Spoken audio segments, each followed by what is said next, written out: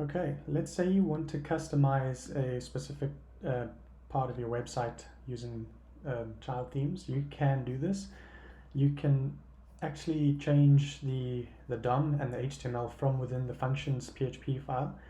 The best way to do this is using pluggable functions, which is a method or a way that PHP or uh, WordPress allows child themes to change the look and feel and the content of a theme. So first what you want to do is go and find the DOM element you want to change, inspect element, get a unique class name, and do a global search for it to see which PHP template is rendering this piece of markup. So find in folder, paste, and you want to ignore CSS, JS, and SCSS, just so that your search is more accurate or more directed to just the templates. And we found one template. Here we are. Just double click that and it should open up here. So this function is responsible for rendering the site branding. You can recognize the HTML. There's the markup. Okay, and what you have to do is just copy paste this pluggable function into your functions.php file like that. Okay. And what's interesting about this function is, first of all, you're checking to see if the store site branding exists. What you can do in PHP, which is quite handy, like with console logs in JavaScript, you have var dump, and you can check the truthiness or falsiness of an expression like that and reload the page. It'll appear on the front end. Okay, so before you use it, you can just log and see what is it returning.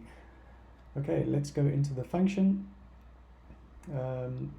Store front site branding. So what's important to note here is that this is a closing PHP tag, right? And this is an opening PHP tag. So everything between here and here is HTML until you open another PHP tag, run a function, and close the PHP tag. Okay. So this is a weird thing PHP does. I'm afraid that's how they integrate markup with PHP code, is that they open and close it at certain points and write the markup. Okay, let's go see what our var dump outputted. It outputted true. It's usually at the bottom of the page. Okay, so this is true. Storefront site branding exists. Run this function. Okay, so now we are able to do some more work. We can actually add something to this section. Storefront logo. We want to do it inside of the PHP. I'm just going to paste the code. Okay, what we're saying here, if getBlog info version, so if the blog exists, set this HTML variable to equal this HTML and concatenate the message we get out of WordPress. Okay, escape HTML is also a function, and we're passing getBlog info function into escape HTML. This escape HTML will escape any HTML characters and actually render the markup, so that on the front end we do not see markup tags, we actually see content.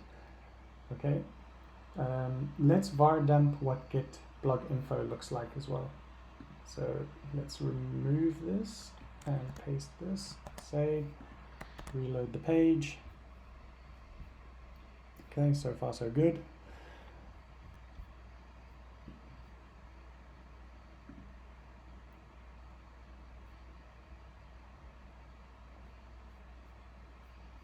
Okay, it's outputting the version 4.5.4. Okay, but that's not useful to us. We want the description. Description, and let's put description up here as well. Description, and save.